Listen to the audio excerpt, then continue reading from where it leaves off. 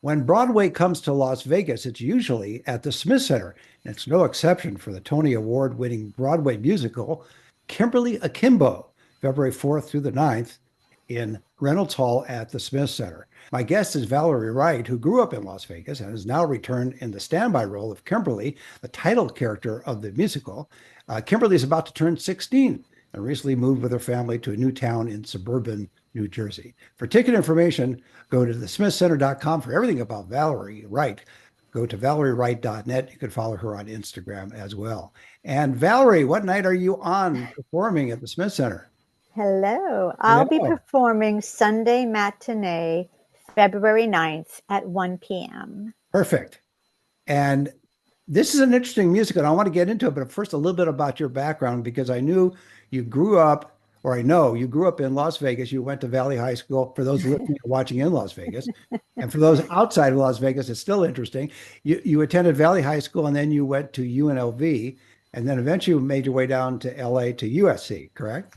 That's all correct. Okay. And what brought you to the bright lights of Broadway in the first place? I'm sure you had $1 million war chest to be able to sustain over those initial auditions. Am I right or wrong? I think I'm wrong. I think well, you're right. It's all about sustainability. It's all about your, just your ability to stay in the game, honestly, because mostly what you do is look for work. And those times can be very difficult and very challenging. And you have to kind of be able to figure that out as you go along. But I was in the acting program, the BFA acting program at USC. And we were coming upon graduation. And one of the people in my class said, "What do you want to do?" And I said, "No, I really want to dance on Broadway." And he said, "Well, then you have to move to New York." So I said, "Okay." And I sold my car, my Celica, and I bought a one-way ticket. And I moved to New York, and I slept on one of our other classmates' floor, and eventually got an apartment and got a couple of part-time jobs and just started auditioning. It was kind of crazy. We weren't in those days. They didn't have these big musical theater departments where they really, really prep you for the business and auditions and, your book, which is all your music that you go into an audition with.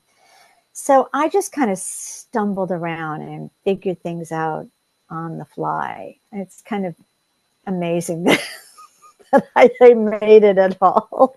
So what you're saying I'm correct when I mentioned that you had that $1 million in the bank to sustain you. Let me see. I think the figure was something like $1,300. Oh, I that's don't even know slightly different. if that's right. Right. I might just be remembering that incorrectly, but no war chest, that's for sure. I was teaching aerobics and waiting tables. Pretty classic. But you had the guts to do it, which a lot of people don't. And it's not an easy life and it's not an easy career. And yet you've appeared in so many musicals. So it's great that, especially your hometown, can see you at the Smith Center in this new musical. January Mhm. 9th, right? February 9th At 1 p.m. at Okay. 1 p.m. Thank you. Sunday.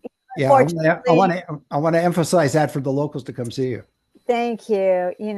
The timing is a bit tragic. It is Super Bowl Sunday. So I have some really old high school friends who can't make it, which is, sad for me. I've waited 40 years to come perform in Las Vegas. Anyway, Maybe I understand. could they bring their iPhones and kind of put it on silent and watch the game while watching you too? No, that probably would be tacky, your friends. Was it a challenge too, raising kids while you're working on Broadway and touring? It was. I definitely moved them up to the front of the queue. And I didn't take jobs out of town. And I really limited the amount of time I was away. My husband was in Jersey Boys on Broadway at the time. I was lucky. He had a job. And I could spend a lot of time with them. And that was really a significant choice. And, we're tight. You know, we're a tight knit family, and I know them well. I really like them. They're Very nice. really good human beings. I spent a lot of time on a baseball field, and a lot of play dates and birthday parties and sleepovers. And I would do it exactly the same way again. It was, that was really important. A Sure. family, like my husband and our family is everything for sure. Yeah. I could just see you going from since you what you do, I could see you going from the ball fields to damn Yankees. See, I'm Well, seeing this funny transition to you say Broadway. that. Both my husband and I spent a lot of time seeing a game and rushing to the subway. Um, my husband was just remarkable. You know, we do an 8 a.m. game. I would drive him to the subway, and he would go do 2 shows on a Saturday, and Amazing. he would coach a lot for them. You know, really dedicated.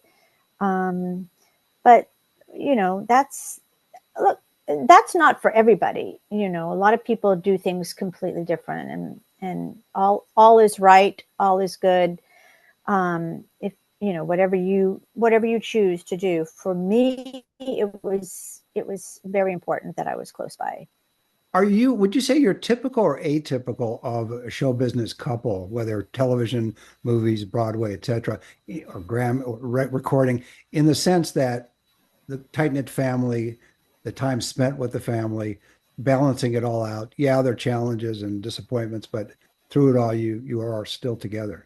Is that typical or atypical of I you? think, you know, I'm not sure. I know a lot of families that are close and the parents worked really steadily and there was a lot of babysitting and it all still came out, you know, it all still came out okay. I think that because of what we do specifically, so much is about taking the jobs as they come. Mhm. And sometimes that's not convenient. And I think that's what can be hard on kids. But, you know, kids know if you love them. You know, they do.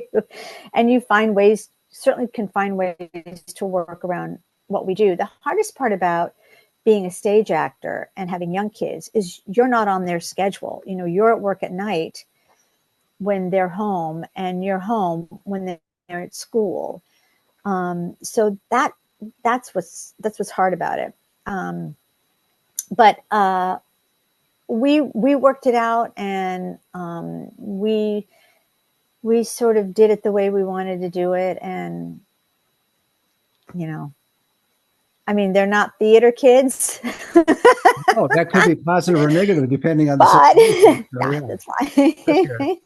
Well, you're on tour with Kimberly Hmm. Akimbo, so that means you're going city to city, which that has its own challenges too. But I guess when you're a showbiz veteran, you don't have to think twice about doing that. But what's great about your performance on February the 9th at 1 p.m. at Reynolds Hall at the Smith Center with a Kimberly Akimbo is that because you grew up here, you are going to, yes, I know it's the football situation, but I'm sure you will have people that you know show up as well.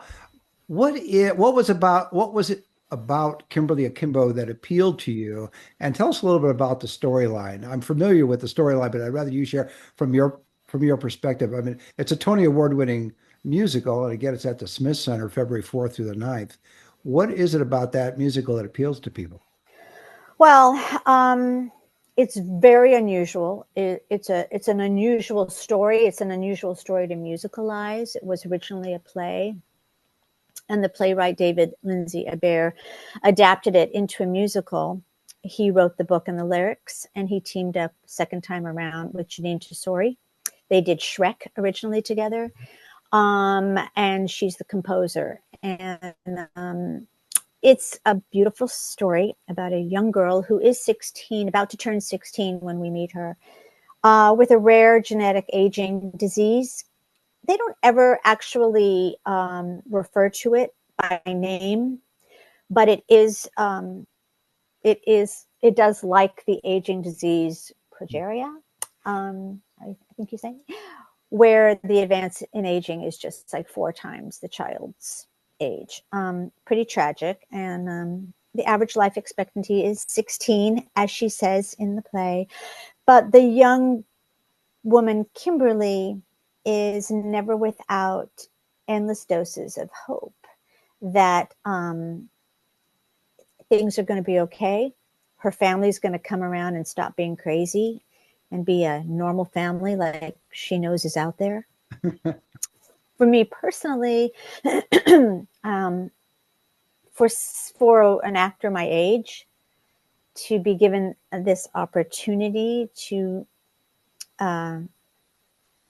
lead a story about a girl who's 16, so obviously playing somebody 50 years younger than me and finding those realities and traits and idiosyncrasies and style and desires and thoughts of someone that I haven't thought about for a long, long time. So that was really, really fun to bring about a character who's struggling through something but doesn't ever want it to show because she's a kid and kids don't show things like that.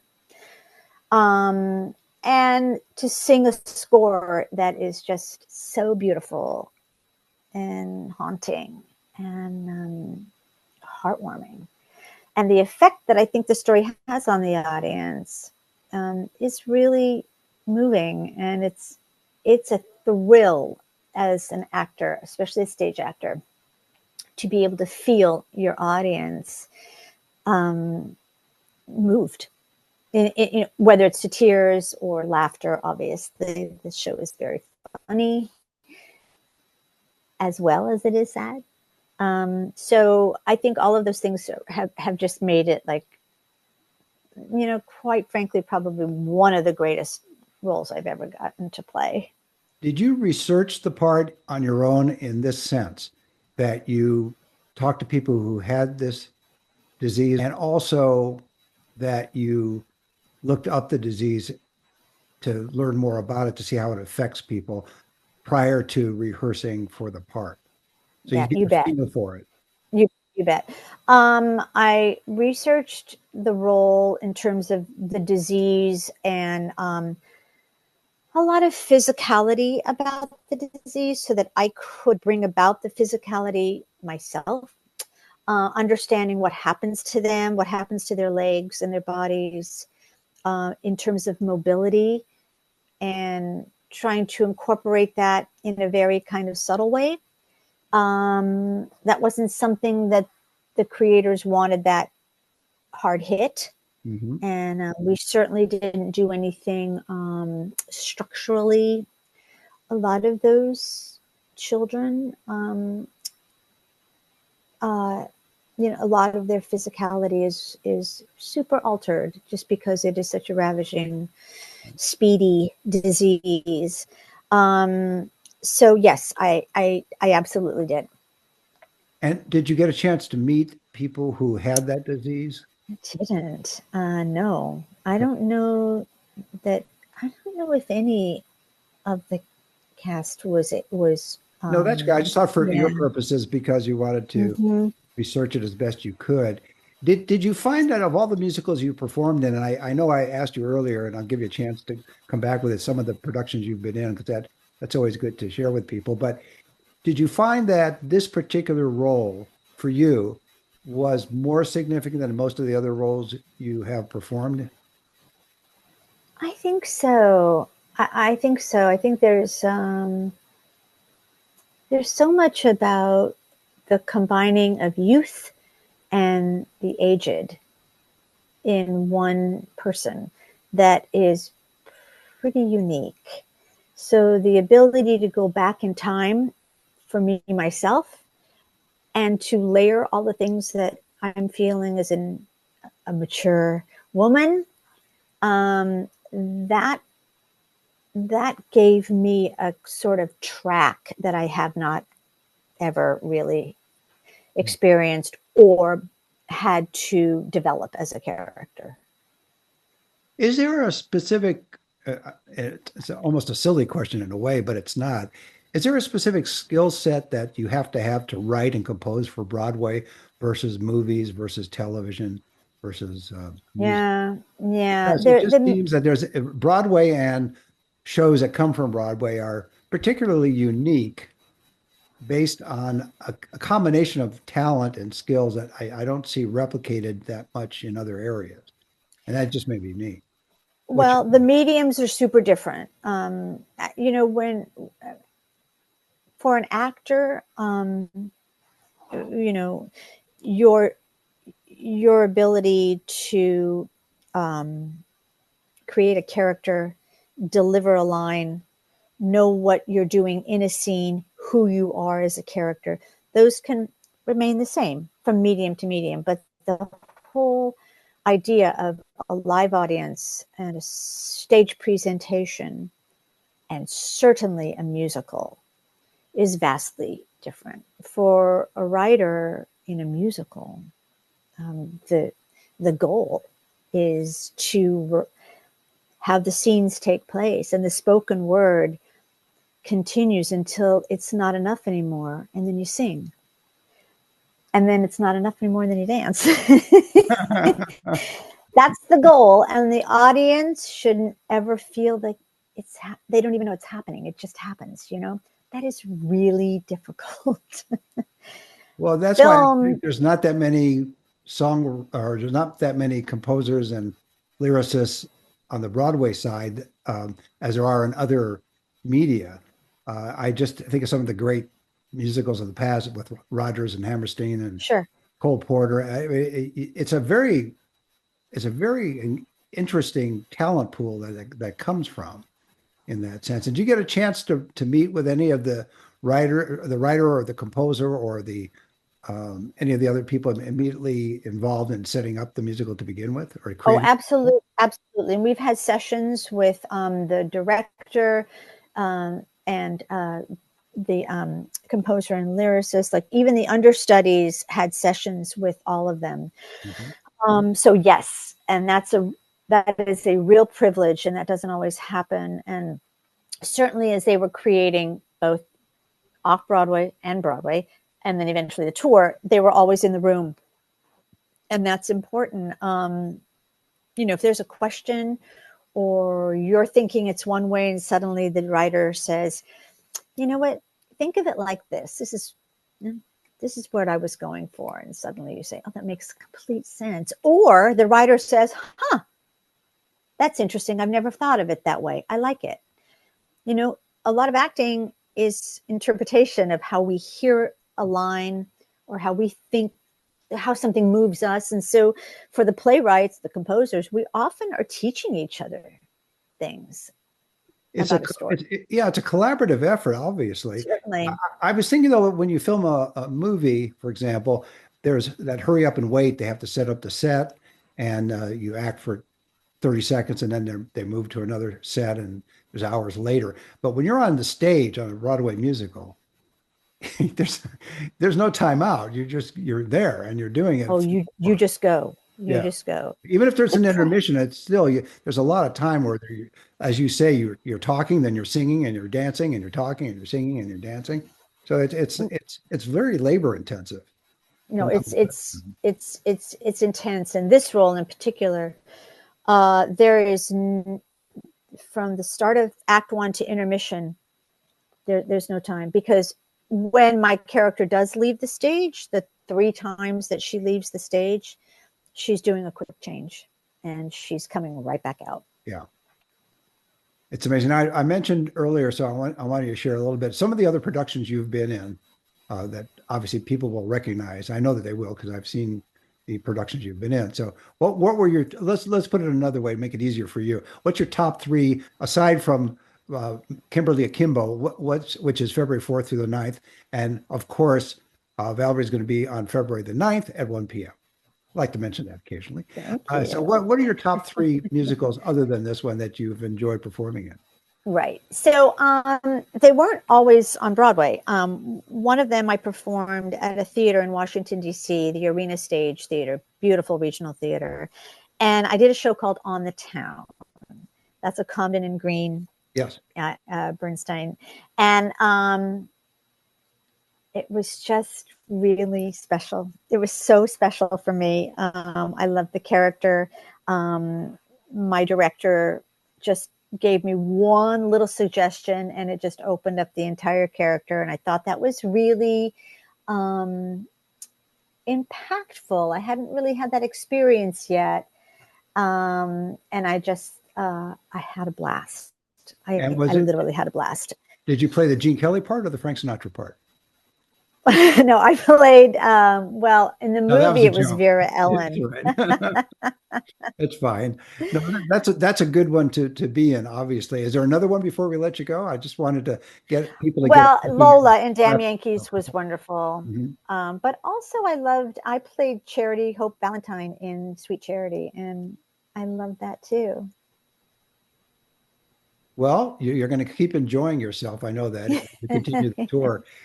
My guest has been Valerie Wright. She performs in the standby role of Kimberly, the title character of the Tony-winning musical, Kimberly Akimbo, and she's going to be on. The show itself is on February 4th through the 9th, but you're going to be on the 9th at 1 p.m., just for those of you who are not interested in football. So go over there and go to the smithcenter.com for tickets. For everything about Valerie Wright, you go to valeriewright.net. And follow her on Instagram too. Valerie, thanks for being on the show. Thank you so much, Ira. This was wonderful. I really appreciate it. It was fun. Thank you. See you next time.